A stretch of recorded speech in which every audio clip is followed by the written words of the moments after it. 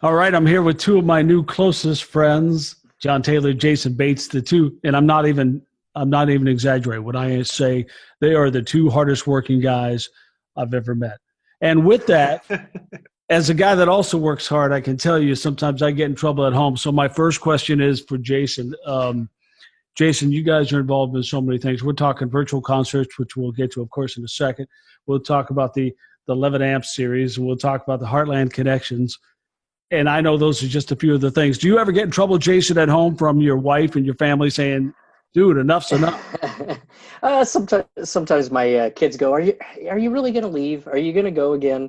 My wife is, but they're good. My wife has been very supportive, and if I have been gone a little bit too much, she'll go, you've been gone a bit lately, and that's my cue to maybe give it a rest for just a short time. Yeah. How about you, John? Yeah, especially now with the quarantine and being home a lot, that's been great. But at the same time, I've been spending more time with, especially Colette, our youngest, and like I can't do anything without her wanting to be there 100% of the time, which is I love it. But yeah, and Stephanie, my wife, has been supportive. I mean, to the max the entire time. Yeah, But there's and always these reminders that, there are other things that need to be done. There's other things that, don't need to be done. There's things that I should spend more time on. And it's a balance. But the thing is that, none of anything that I would be doing would be, or any of us are doing would be possible without the support that we have. Yeah, no doubt. Same here. And I know that I'm the same thing scattered throughout the house here, which I have to straighten up before my wife gets home from her nursing job. I have various projects I'm working on. You move from one to the other and you wait for a phone call and you have another stack of stuff you go. But I don't know about you guys, but that drives me. And then seeing the impact that you have with your work, whether it be a story we did, we're seeing the post already today from the story we posted on you guys last night. Already up to 1,500 people have seen this and so many very nice comments about your work and your dedication. So that kind of pays it off, doesn't it, a little bit? I mean, not that we're in this to get something back, but we get to see that we're making an impact. And that does keep you going a little bit, doesn't it, John? Absolutely. Yeah. That's really my only goal with all of this is just to make people's lives better.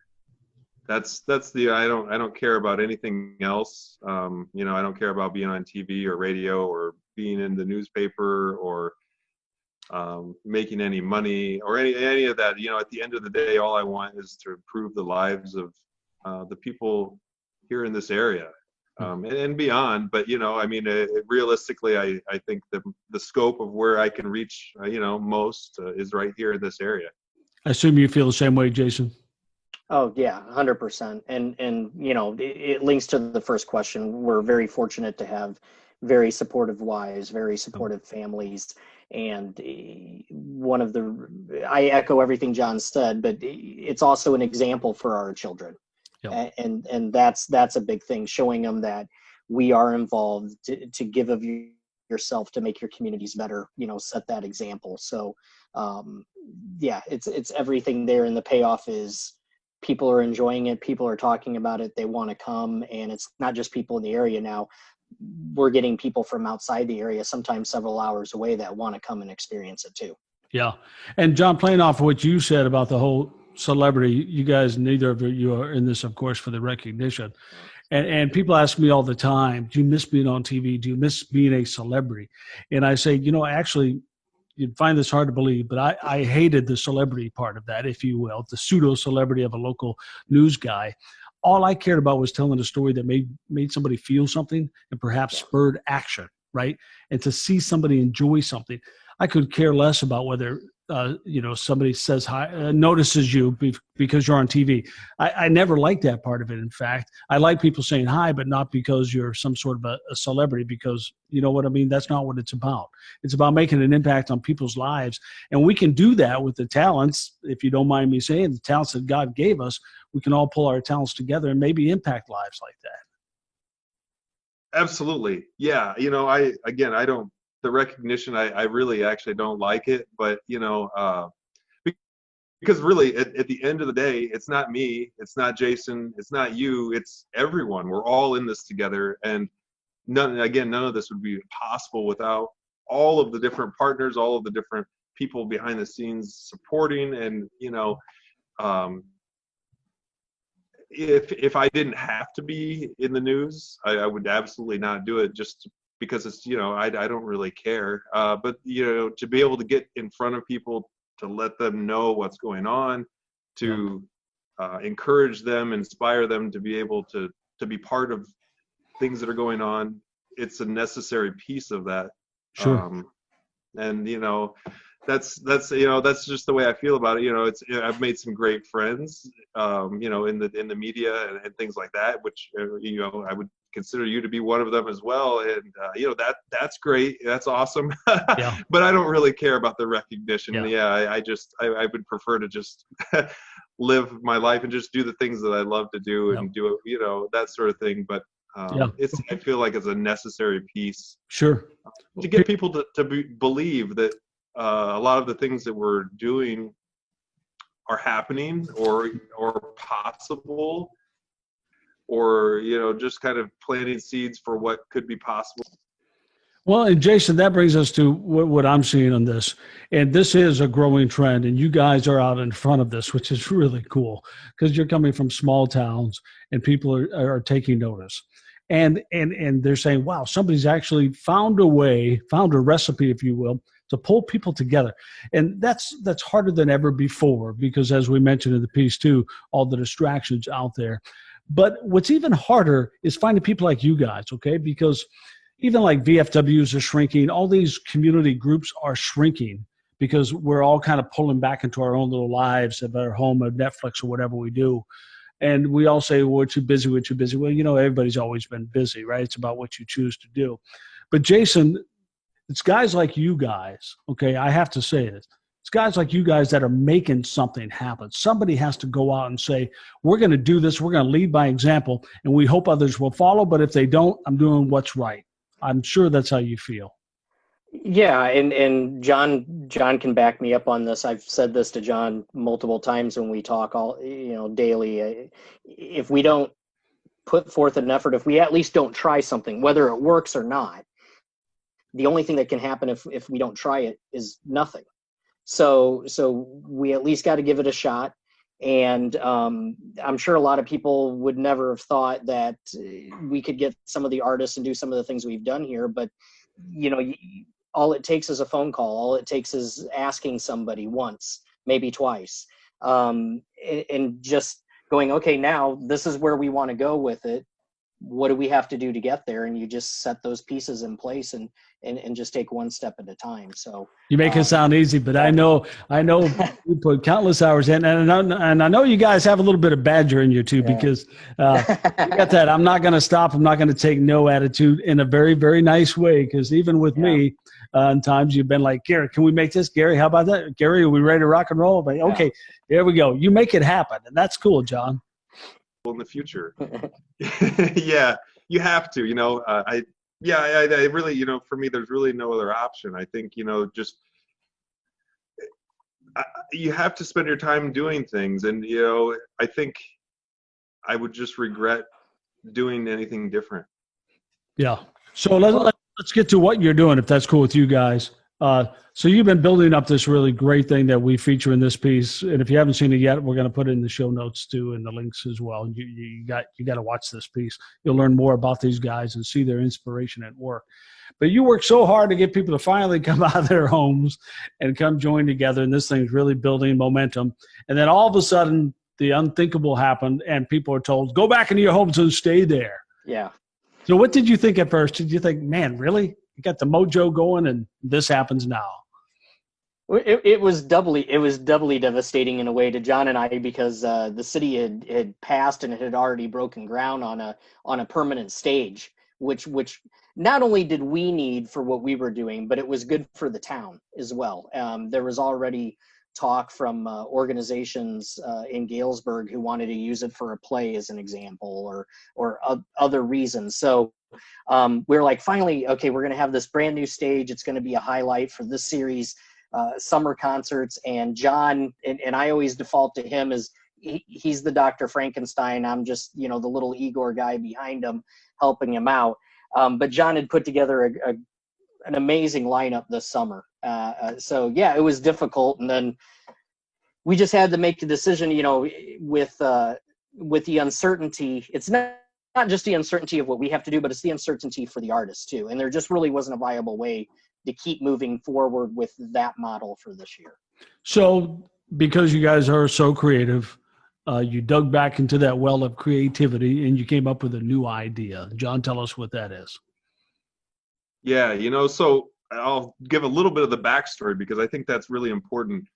We were trying to figure out what we were going to do, and we said, well, one thing we can do is put on virtual concerts. We can stream them online for people to enjoy. And we thought, okay, that sounds like a decent idea. And as we were kind of trying to nail down stuff, I was just checking in with some of my musician friends, and the stories they were telling me about their situations really struck a chord with me. They were just saying, look, I'm out of work and, I'm living on savings and I have no income lined up. And, hearing story after story, I said, I have to do something. There's nothing, there's no alternative. What we need to do right now, and this is an urgent need, is we need to help these guys out. Because, there's supposed to be different programs to help them, but in reality, I haven't heard of anyone that has really gotten the assistance that they were looking for. So we decided, we're going to do the streaming concerts, but do it for a cause, and specifically try to help area musicians who make music their career, doing it full time, give them some financial aid as part of that. So, doing the concerts, giving them some money, and then highlighting them and bringing awareness to the whole situation. That was really kind of the idea behind what we call Play It Forward. And I got to tell you, I was listening the other night, and it's not just about the artist. This is obviously about your fan base too, that is swelling. I was listening thinking, hey, this is kind of a cool way to enjoy a concert. I put a note on there about, it was, it sounded like Pure Prairie League in a part of it. I just kind of got into it. I'm like, who is this guy? And is this his original music? And I was finding myself immersed in that, even though it was on my laptop computer, Jason. That was pretty cool. Yeah. Pretty much everybody we deal with, they might play a cover here and there, but a lot of it is original music. And, if you can't be with them in person, what the live stream may be able to do is, with how we're trying to film it, is bring it to you like you're there live. So at least that's the goal. I know we had people message us saying, hey, this is wonderful. We're enjoying our Saturday night out here on the patio, watching and listening to you guys, and just, being with each other. And so that's the way how we're doing it anyway when we're live, but it's just on a smaller scale for them. They're doing it home on the patio as opposed to being out in the yard or in the Bishop Hill Creative Commons watching it. Yeah. And so, John, clarify for me 2 parts here. How do we watch this, and how do we help the artists? So I know it's part of the Play It Forward and also Heartland Connection. So describe the two of those. Where do I go to watch, and how do I help the artist out? Yeah, so playitforward.rocks, ROCKS, is the website that has everything on there. There's the streaming schedule. There's once we go live, I'll also put the video embedded on the page. But if you go to the Heartland Connections Facebook page, we'll be streaming live from there. We'll be streaming live from the YouTube page. And am I missing anything, Jason? Heartland Connections is our, I guess, lack of a better way to say it, our umbrella organization that allows us to go in the different directions we have and bring it all together in one place.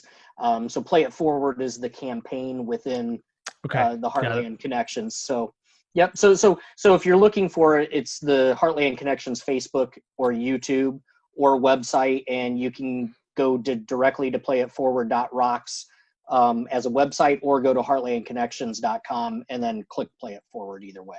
Perfect. Quick question for you on the artist too, because I saw it pop up that you can tip them.